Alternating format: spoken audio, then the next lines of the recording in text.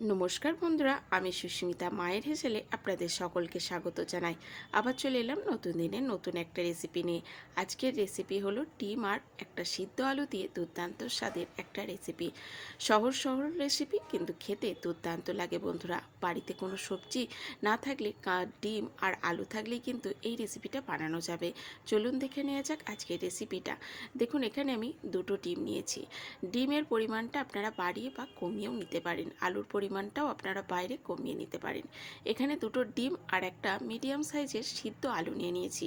আলুটা খোসা সমেত আমি সিদ্ধ করে নিয়েছি। এবার খোসাটা ছাড়িয়ে নিয়ে এইভাবে গ্রেটারের সাহায্যে আমি গ্রেট করে নিচ্ছি। আপনারা ম্যাশের সাহায্যে ম্যাশও করে নিতে পারেন, তবে গ্রেটার দিয়ে গ্রেট করলে সুন্দর মিহি গ্রেট হয়ে যায়, কোনো শক্ত ভাব থাকবে না। এইভাবে গ্রেটার দিয়ে গ্রেট করে নেওয়ার পর এখানে কিছু সবজি ব্যবহার করে দেবো। প্রথমেই দিয়ে দেবো স্বাদ মতো কাঁচা লঙ্কা। এখানে কাঁচা লঙ্কা আমি একটা কুচি করে কেটে নিয়েছি। আর নিয়েছি মিডিয়াম সাইজের একটা পেঁয়াজটাকেও কুচি করে কেটে নিয়েছি। আর নিয়েছি কিছুটা ধনেপাতা। ধনেপাতাটাকেও কুচি করে কেটে নেওয়ার পর এবার স্বাদ মতো দিয়ে দিলাম লবণ, কালারের জন্য সামান্য একটু হলুদ, আর দিয়েছি একটু ভাজা মশলা। ভাজা মশলার মধ্যে গোটা ধনে, গোটা জিরে আর একটা শুকনো লঙ্কার একটা তেজপাতা, সেটাকে শুকনো খোলায় ভাজা করে এটাকে গড়িয়ে নিয়েছি। এবার সেটাকে কিন্তু হাফ চামচ মতো দিয়ে দিলাম। এই ভাজা মশলাটা দিলে এর একটা সুন্দর একটা সুগন্ধ হবে, আর খেতেও বেশ ভালো লাগবে বন্ধুরা। এবার চামচের সাহায্যে সব কিছু একসঙ্গে কিন্তু মিশিয়ে নিতে হবে বা ফাটিয়ে নিতে হবে। দেখবেন ডিম বা আলু কোনো জায়গায় যেন ডলা বেঁধে না থাকে। যত ভালো করে মেশাবেন ততই কিন্তু রেসিপিটা খেতে ভালো লাগবে। আর বন্ধুরা, আপনারা অনেক রকমই তো রেসিপি বানিয়ে খেয়েছেন। বাড়িতে কোনো সবজি না থাকলে ডিম আর আলু থাকলেই কিন্তু এই রেসিপিটা বানানো যায়। খেতে কিন্তু দুর্দান্ত লাগে বন্ধুরা। যদি এইভাবে না খাওয়া থাকে, এইভাবে একবার খেয়ে দেখবেন, মুখে লেগে থাকবে। সহজ সরল একটা রেসিপি, কিন্তু খেতে দুর্দান্ত লাগে। দেখুন, এখানে ভালো করেই মাখানো হয়ে গেল। এটা আমি সাইডে রেখে দিচ্ছি। এবার গ্যাসটাকে অন করে দিয়ে কড়াই চাপিয়ে দিলাম। কড়াইয়ে 3 থেকে 4 চামচ মতো সর্ষের তেল দিয়ে দিলাম। আজকের রেসিপিটা আমি সর্ষের তেলেই বানাবো, আপনারা সাদা তেলেও বানাতে পারেন। এবার ওই তেলের মধ্যে সামান্য একটু হলুদ আর সামান্য একটু লবণ দিয়ে দিলাম। দিয়ে ভালো করে একটু নাড়াচাড়া করে নিয়ে আমি কেটে রেখেছিলাম দুটো আলু, এইভাবে লম্বা লম্বা করে কেটে নিয়েছি। খুব একটা পাতলাও করিনি বা খুব একটা মোটাও করিনি। আমি চন্দ্রমুখী আলু নিয়েছি বলে একটু মোটা মোটা করেই লম্বা করে কেটে নিয়েছি, তাতে দেখতে ভালো লাগবে। রেসিপিটা আপনারা আলু যদি দিতে না চান, তবে ডিমের শুধু এই রেসিপিটার আলুর স্কিপ করেও রেসিপিটা বানাতে পারেন, তাতেও খেতে বেশ ভালো লাগবে। তবে আলুটা দিয়ে বানিয়েছি, খেতে বেশ ভালো লাগে। আলুটা ওদিকে ভাজা হোক, আর এদিকে আমি একটা মশলা বানিয়ে নিন। তার মধ্যে একটা মিক্সার জার নিয়েছি। 1.5 ইঞ্চি মতো আদা, আর 6-7টা মতো রসুনের কোয়া, হাফ চামচ মতো গোটা জিরে, আর একটা মিডিয়াম সাইজের একটা টমেটো, সেটা কি পেস্ট করে নিলাম। আপনারা এখানে কাঁচা লঙ্কাও দিয়ে পেস্ট করে নিতে পারেন। এবার এদিকে দেখুন, সুন্দর মশলাটা পেস্ট হয়ে গেল, আর এদিকে আলুটাও ভাজা হয়ে গেছে। সুন্দর একটা গায়ে কালার চলে এসছে ভাজার। এবার একটু নাড়াচাড়া করে নিয়ে আমি তেল থেকে তুলে নেব এই আলুটাকে। আলুটাকে একটু ভালো করে লাল লাল করে ভেজে নিতে হবে, তাহলে রেসিপিটা খেতে বেশ ভালো লাগবে। দেখুন, সুন্দর করে ভাজা হয়ে যাওয়ার পর ওই তেলের মধ্যেই আমি ফোড়নের মধ্যে দিয়ে দিলাম একটা তেজপাতা, একটা শুকনো লঙ্কা, সামান্য একটু গোটা জিরে, একটা এলাচ, একটা দারচিনি স্টিক, আর দুটো লবঙ্গ। ভালো করে একটু নাড়াচাড়া করে ভেজে নিলাম। সুন্দর একটা স্মেল বার হলেই তখনই দিয়ে দেবো দুটো মিডিয়াম সাইজের পেঁয়াজ কুচি। সেই পেঁয়াজটাকে দিয়ে একটু তেলের সঙ্গে নাড়াচাড়া করে নিলাম, আর সামান্য একটু লবণও দিয়ে দেবো। লবণ দিয়ে যদি পেঁয়াজটা ভাজি বন্ধুরা, খুব তাড়াতাড়ি দেখবেন পেঁয়াজটা নরম হয়ে যাবে। দেখুন, সুন্দরভাবে একটু নাড়াচাড়া করে ভেজে নিচ্ছি।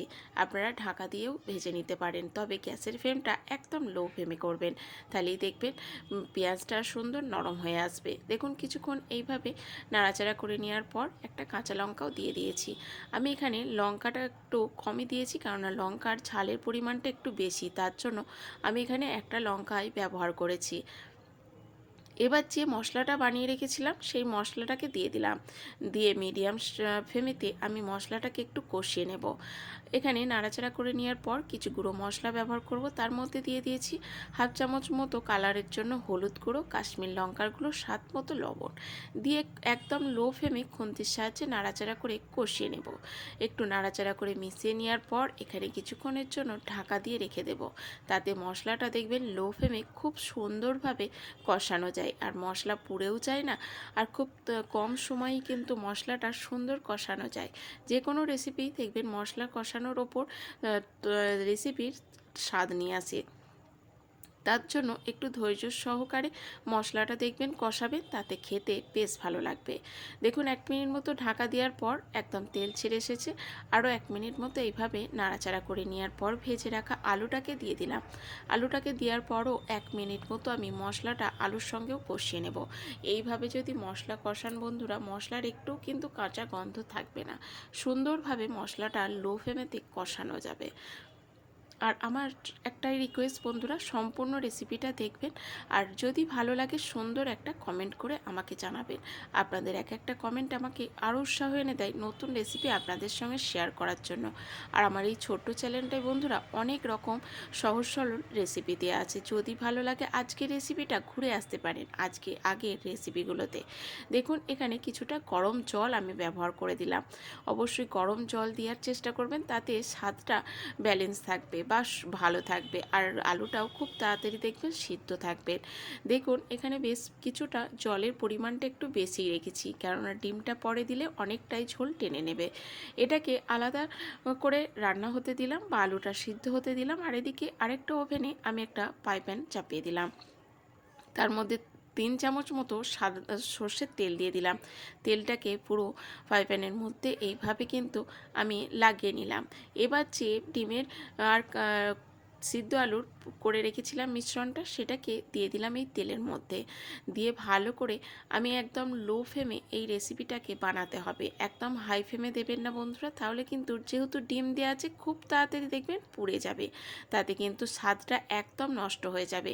যতটা পারবে লো ফ্লেমে দিয়ে এই পোস্টটাকে বানিয়ে নেওয়ার, অবাক করে দেবে বন্ধুরা, এত সুন্দর হয় এই রেসিপিটা, একবার না খেলে কিন্তু বুঝতে পারবেন না এর স্বাদ।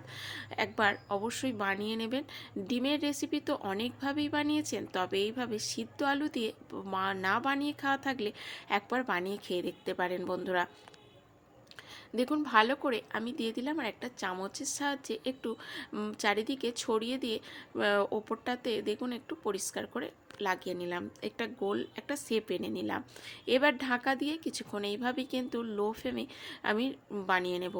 প্রায় 2 মিনিট মতো আমি একদম লো ফ্লেমে রেখে দিয়েছিলাম, তাতেই দেখুন সুন্দরভাবে হয়ে গেছে। এবার একটা থালার ওপর এইভাবে আমি উল্টে নেব, যেহেতু একটু বড় পরিমাণে, তার জন্য আমি খুন্তির সাহায্যে কিন্তু কাটতে গেলাম না, কেটেও নিতে পারেন, তবে এইভাবে উল্টে নিলে দেখবেন সুন্দর অবস্থাতে আপনারা উল্টে আবার পরের পিঠটাতেও কিন্তু ভেজে নিতে পারবেন, কোনো জায়গায় কাঁচা থাকবে না। দেখুন একটু পুরা হয়ে গেছে, কিন্তু এটার স্বাদটা কোনো রকম নষ্ট হবে না, যেহেতু ডিম দিয়ে পোস্টটা বানানো হচ্ছে, তার জন্য এইভাবে একটু গায়ে কালারটা আসবেই, তাতে কোনো স্বাদের পরিবর্তন হবে না, খেতে বেশ ভালো লাগবে। আরও 1 মিনিট মতো ওপর পিঠটাতেও করে নিলাম। করে নেওয়ার পর দেখুন এখানে একটা চাকুর সাহায্যে ছোট ছোট পিস করে নিলাম, আপনারা মনের মতো এখানে শেপ করে নেবেন, ছোট বড় যে কোনো শেপ করে নিতে পারেন। এখানে দেখুন আমি চৌকো চৌকো করে একটা চাকুর সাহায্যে কেটে নিয়েছি। কেটে নেওয়ার পর দেখুন এক পিঠ একটু পোড়া হয়েছে, আর অপর পিঠটা দেখুন এইভাবে আমি সেঁকে নিয়েছি, তাতে দেখুন সুন্দরভাবে রেসিপিটা হয়ে গেছে, কোনো জায়গায় কিন্তু কাঁচা নেই। একটু উল্টে পাল্টে ভেজে নিলাম, আর ওদিকে দেখবেন আলুটাও সুন্দরভাবে সিদ্ধ হয়ে, দেখুন কতটা নরম সফট হয়েছে, আর এদিকে দেখুন আলুটাও সুন্দরভাবে সিদ্ধ হয়ে গেছে। আর এইভাবেই রেসিপিটা বানালে খেতে বেশ ভালো লাগবে বন্ধুরা। এখানে আরেকটু জলের পরিমাণ লাগবে, যেহেতু ডিমটা দেবো, ডিমটা দেওয়ার পর অনেকটাই ঝোল টেনে নেবে, তার জন্য জলের পরিমাণটা প্রথমে একটু বেশি দিয়ে দেবেন। দেখুন দিয়ে দিলাম একে একে যে ডিমের পোচগুলো করে নিয়েছিলাম সেগুলোকে দিয়ে ভালো করে খুন্তির সাহায্যে এইভাবে নাড়াচাড়া করে নেব। একটা সিম্পল রেসিপি বন্ধুরা, খেতে কিন্তু দুর্দান্ত লাগে। ঘরে অনেক সময় সবজি থাকে না বা রান্না একই ডিমের রেসিপি বানাতে ভালো লাগে না, তখন এই রেসিপিটা বানিয়ে খেয়ে দেখবেন বন্ধুরা, একদম অবাক হয়ে যাবেন, এতটাই সুস্বাদু লাগে। ডিমেরগুলো দিয়ে একটু নাড়াচাড়া করে 1 মিনিট মতো ঢাকা দিয়ে দিয়েছিলাম। ঢাকা দেওয়ার পর বন্ধুরা ফিরে এলাম, দেখুন কতটা সুন্দরভাবে রেসিপিটা বানানো হয়ে গেছে। আর এই যে ডিমের টুকরোগুলোর ভিতরেও এই মশলাটাগুলো প্রবেশ করে গেছে। আর গ্যাসটাকে অফ করে দিয়ে ওপর থেকে একটু গুঁড়ো গরম মশলা আর হাফ চামচ মতো গাওয়া ঘি আর অল্প একটু ধনে পাতা ছড়িয়ে দিলাম। এতে স্বাদটা কিন্তু দুর্দান্ত এসেছিল। অবশ্যই নামানোর আগে এই 3টে উপকরণ দেবেন, তাহলে খেতে কিন্তু দুর্দান্ত লাগবে। গ্যাসটাকে ফ্লেমের অফ করে দিলাম আর ঢাকা দিয়ে দিলাম 2 মিনিটের জন্য। সম্পূর্ণ রেসিপিটা দেখুন রেডি। হাতার সাহায্যে তুলে নিলাম অন্য একটা পাত্রে, আর গরম গরম ধোঁয়া ওঠা ভাতের সঙ্গে পরিবেশন করব। রুটি দিয়েও খেতে পারেন, তাতেও কিন্তু বেশ ভালো লাগবে। দেখুন একদম রেসিপিটা আমার রেডি হয়ে গেছে, আর অন্য একটা পাত্রে তুলে নিলাম। আজকের রেসিপিটা আশা করি আপনাদের খুবই ভালো লাগলো। ভালো লাগলে লাইক, শেয়ার ও কমেন্ট করতে ভুলবেন না বন্ধুরা। আপনাদের এক একটা কমেন্ট আমাকে আরও উৎসাহ এনে দেয় নতুন রেসিপি আপনাদের সঙ্গে শেয়ার করার জন্য।